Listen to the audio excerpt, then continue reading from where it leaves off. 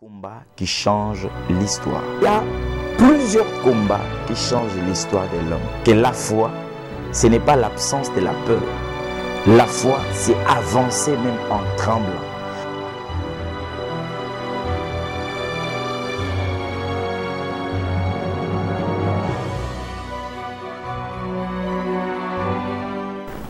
Shalom bien-aimé dans le Seigneur. C'est votre humble serviteur, le berger Trésor Bamoué. Nous voici encore dans le cadre de notre émission 5 minutes. 5 minutes d'enseignement, d'exhortation et d'édification. Aujourd'hui, nous allons aborder un thème qui nous prendra 3 ou 4 numéros. Ça dépendra de la volonté de Dieu. Nous allons parler d'un thème intitulé « Les combats qui changent l'histoire ». Les combats qui changent l'histoire. J'aimerais qu'on lise un texte. Nous sommes dans Job 3, le verset 25.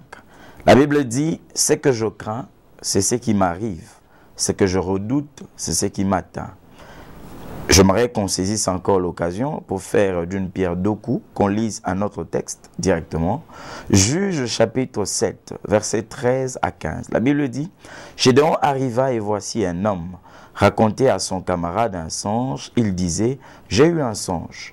Et voici un gâteau de pain d'orge roulé dans le camp de Madian. Il est venu heurter jusqu'à la tente et elle est tombée. Il l'a retournée sans dessous et elle a été renversée. Son camarade répondit et dit, ce n'est pas autre chose que l'épée de Gédéon, fils de Joas, homme d'Israël. Dieu a livré entre ses mains Madian et tout le camp. Bien-aimé dans le Seigneur, il y a plusieurs combats qui changent l'histoire de l'homme. Mais j'aimerais étayer 3 ou 4. Dans ce premier numéro, j'aimerais entamer le premier combat qui change l'histoire. C'est le combat contre soi-même. Le combat contre sa propre personne. Le combat contre ton homme intérieur. Dans chaque personne, il y a des tares. Dans chaque personne, il y a des vices. Dans chaque personne, il y a des faiblesses ou des défauts. Ne construis pas une tente pour un péché, pour une faiblesse. Ne te mets pas en avant pour commencer à défendre un défaut que tu as.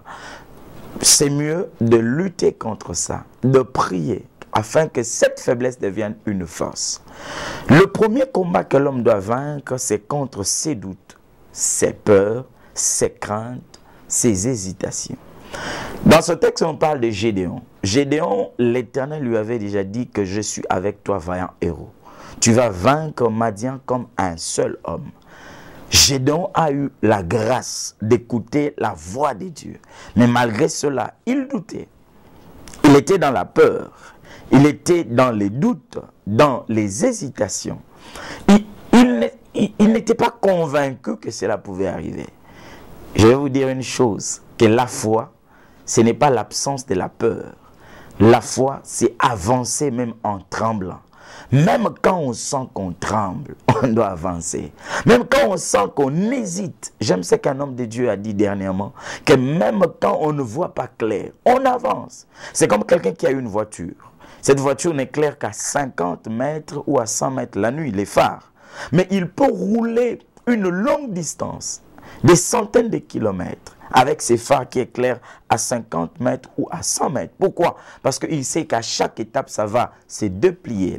Le ciel va s'éclaircir et la route sera encore plus claire. J'aimerais te dire une chose. Si tu as des faiblesses, ne les défends pas.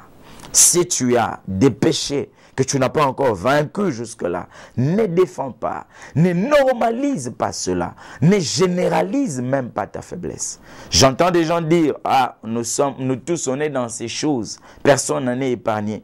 Ah, nous tous on est pécheurs. Oui, mais ce n'est pas une raison. Ce n'est pas une raison pour continuer à faire ça. Si tu parviens à vaincre ton homme intérieur, tu parviens à façonner cet homme selon la vision que Dieu a de toi, tu iras loin, parce que c'est le premier combat.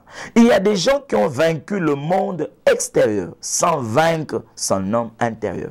Et souvent, quand on atteint le sommet, c'est là que les tares, c'est là que les défauts apparaissent. Parce que quand on est dans l'ombre, quand on est incognito, les gens ne nous connaissent pas. Il y a des choses, tu peux le faire, ça passe. Je ne t'encourage pas de le faire. Mais quand tu seras sous les projecteurs et quand les yeux seront braqués sur toi, vous savez que nous sommes des lampes que l'Éternel a allumées, pas pour mettre sous des tables. Nous sommes des maisons construites sur des montagnes. J'aimerais te dire, si tu parviens à vaincre cet homme que tu es, l'Éternel t'accordera la victoire. Et je sais que de toi-même, tu ne peux pas. Parce que la Bible dit, j'ai la volonté et non le pouvoir. On peut avoir la volonté, mais c'est le Seigneur qui crée le vouloir et le faire en nous. La capacité de vaincre, avec cette humilité, avec cette disposition de cœur. N'oublie pas que la Bible dit, celui qui cache ses transgressions ne prospère point, mais celui qui les avoue et les délaisse obtient miséricorde. Je prie pour toi, que l'Éternel te bénisse et te garde au nom de Jésus. Amen.